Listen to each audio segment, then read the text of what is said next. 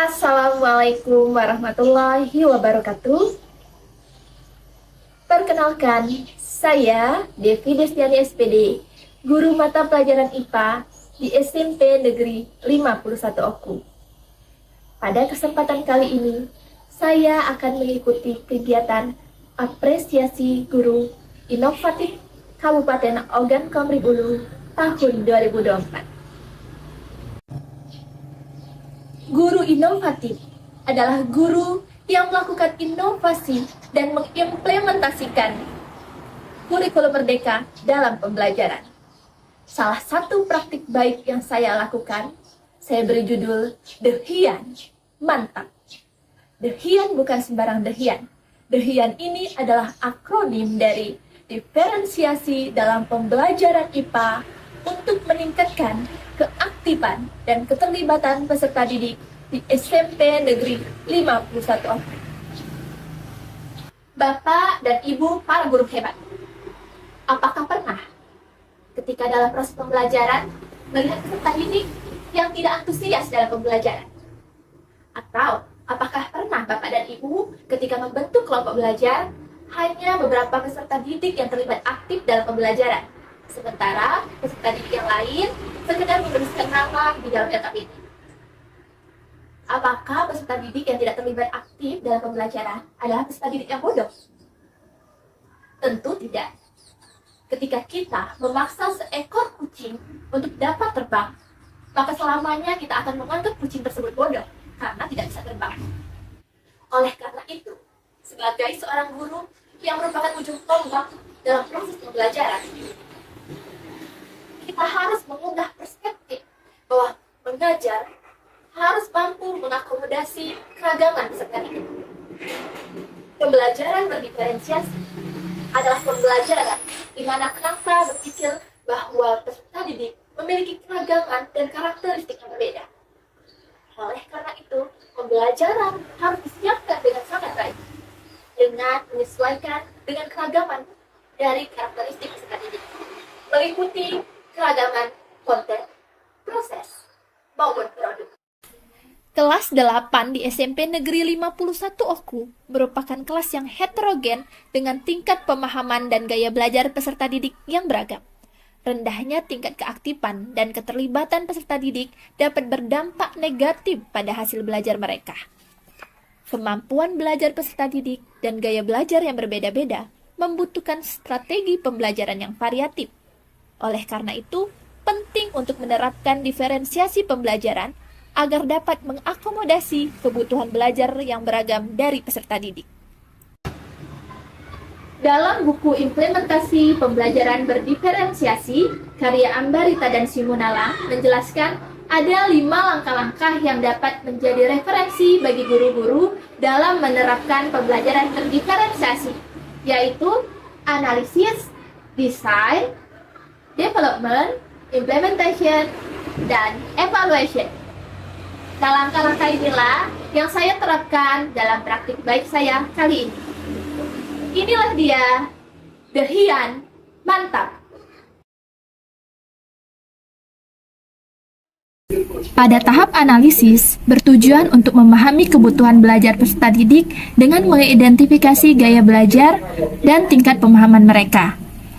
Langkah-langkah yang saya lakukan yaitu berkoordinasi dengan guru bimbingan konseling untuk mengetahui gaya belajar peserta didik, serta menganalisis hasil belajar peserta didik pada pertemuan sebelumnya, sehingga saya akan membentuk kelompok yang heterogen dan membuat materi yang sesuai dengan keragaman mereka. Berdasarkan analisis tersebut, saya memetakan peserta didik dalam beberapa kelompok yang telah diatur berdasarkan gaya belajar dan tingkat pemahaman. Tahap desain bertujuan merancang pembelajaran yang sesuai dengan kebutuhan belajar peserta didik dengan mempertimbangkan gaya belajar dan tingkat pemahaman mereka. Saya mencari ide pembelajaran menggunakan aplikasi PMM. Selain menggunakan menu perangkat ajar, saya juga memanfaatkan fitur AI untuk mengembangkan berbagai metode dan teknik pembelajaran yang mengakomodasi gaya belajar yang berbeda.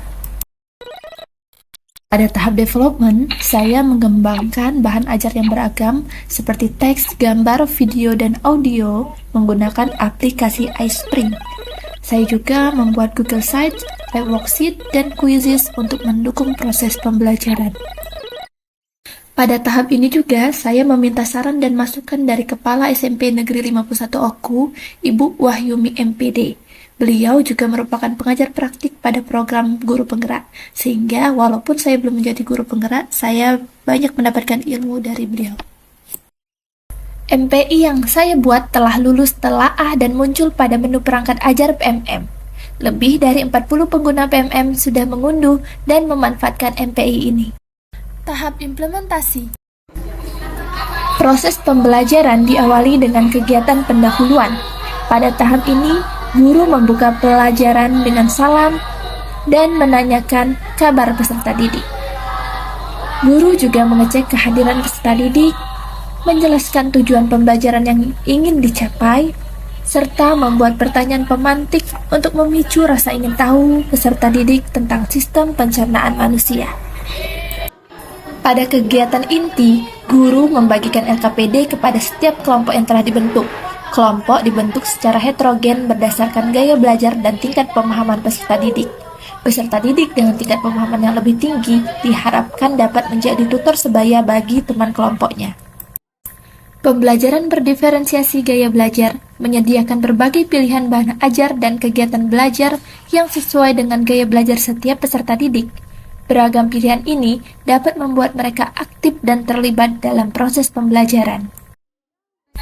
Pada gaya belajar visual, peserta didik mengeksplorasi media pembelajaran interaktif yang berisi gambar dan video animasi tentang proses pencernaan makanan. Gaya belajar auditori dapat mendengarkan suara dari video yang terdapat pada media pembelajaran interaktif, maupun mendengarkan penjelasan dari guru secara lisan.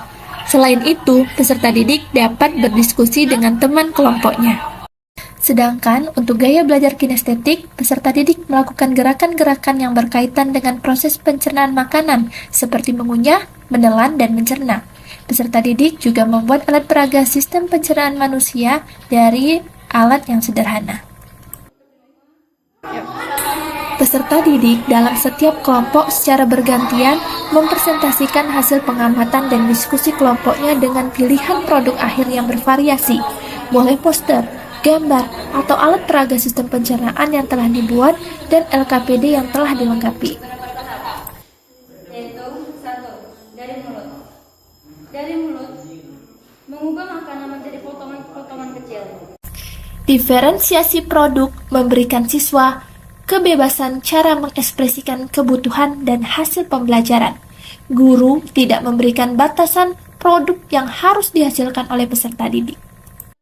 Pada kegiatan penutup, peserta didik melakukan turnamen kelompok dengan kuisis, menyimpulkan materi pembelajaran, serta melakukan refleksi.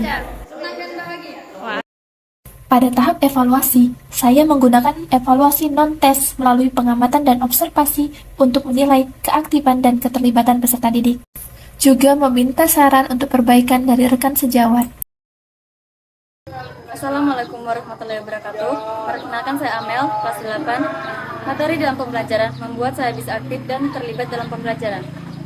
Implementasi dan pelaksanaan pembelajaran berdiferensiasi memang tidaklah mudah, karena guru harus menyiapkan berbagai strategi untuk mengakomodasi kebutuhan peserta didik. Meskipun demikian, bagi peserta didik, pembelajaran berdiferensiasi akan terasa lebih bermakna. Peserta didik akan menjadi lebih aktif dan terlibat dalam proses pembelajaran. Peserta didik akan menjadi antusias mengikuti proses pembelajaran. Semoga praktik baik kali ini dapat menjadi inspirasi bagi kita semua. Sedikit kata untuk SMP Negeri 51 Oku, meskipun sekolah kita terletak di ujung Kabupaten Ogan Ponorogo, bagai negeri yang tunduk yang harumnya semerbak wangi, tetaplah menyebar manfaat dan ukirlah prestasi dimanapun. Tetap semangat, terus berprestasi.